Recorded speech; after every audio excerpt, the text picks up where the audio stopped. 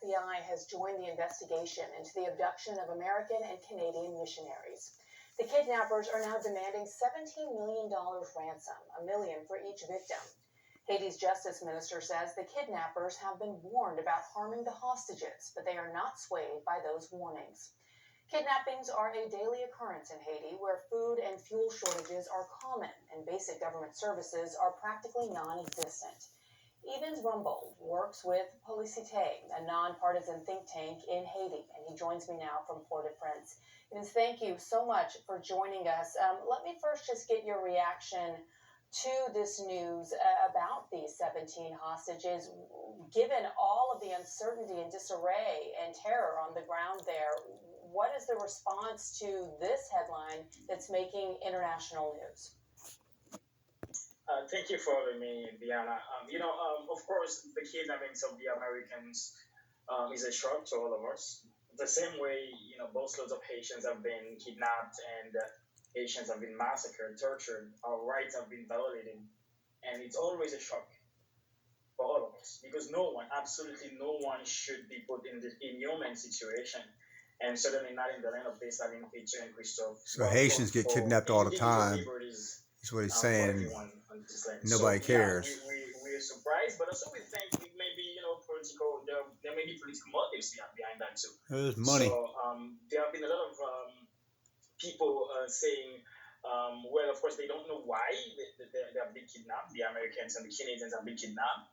But there are people who think that such striking act is maybe a way to force the hands of the Americans to intervene.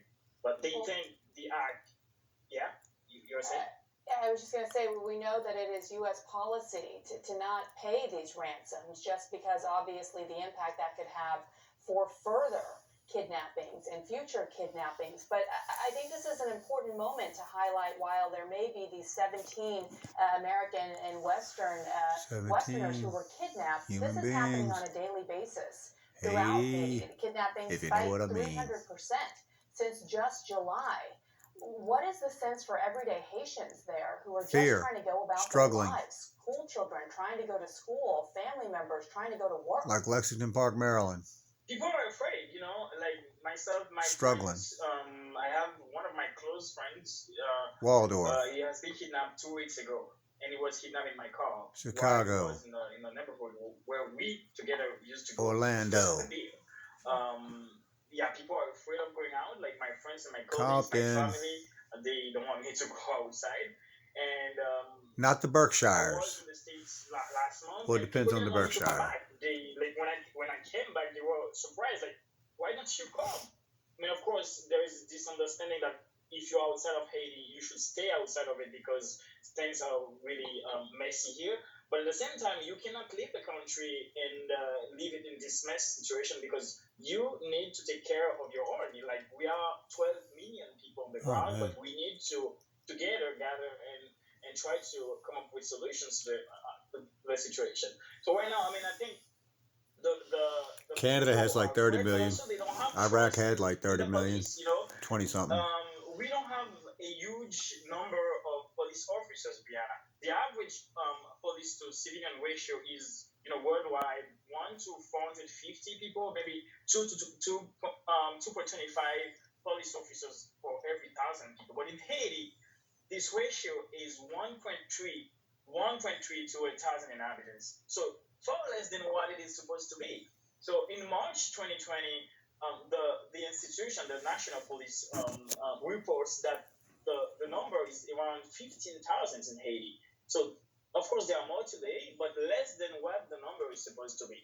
And last year they also reported that they could not reach the goal of hiring 4,000 we can't either in America from 2017 to 2021 because of lack of funding. Y'all gonna be using robots too. That situation where the police is overwhelmed by the events because they don't have the sufficient number. That's what this is all gonna be about, robots. Watch, y'all. I apologize. But every industry's got problems. So how do you then continue as a society when 18-wheelers we're 3 months out of the assassination of your prime minister that is yet to be solved? There has been a terrible hurricane and then earthquake following that. And as you mentioned, there's lack of trust amongst the police. And we're seeing a spike in kidnappings. There's actually a protest that's been going on this week from fellow citizens there in Haiti who are just fed up and fearful for their lives. I mean, are we at a point where we're going to start using the phrase failed state? Well, I mean, the situation, I don't think the situation has been better in Haiti for the last 2 decades. I mean, of course, I'm in my 30s, early 30s, and as long as I can remember, we've been living a cycle of violence and disaster for the last 2 decades.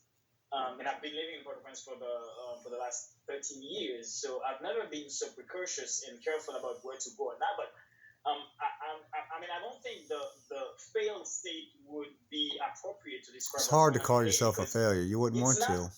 I'm with you, friend. Haiti all over. It's Port-au-Prince. Port-au-Prince. It's not failed. Failed is done. They're not done. We also have other groups of There's hope. Gangs in other cities, but they are not as active as the gangs in Port-au-Prince. Thank you for your work, friend. So the ones in Port-au-Prince, they are not just come from out of nothing, out of thin air.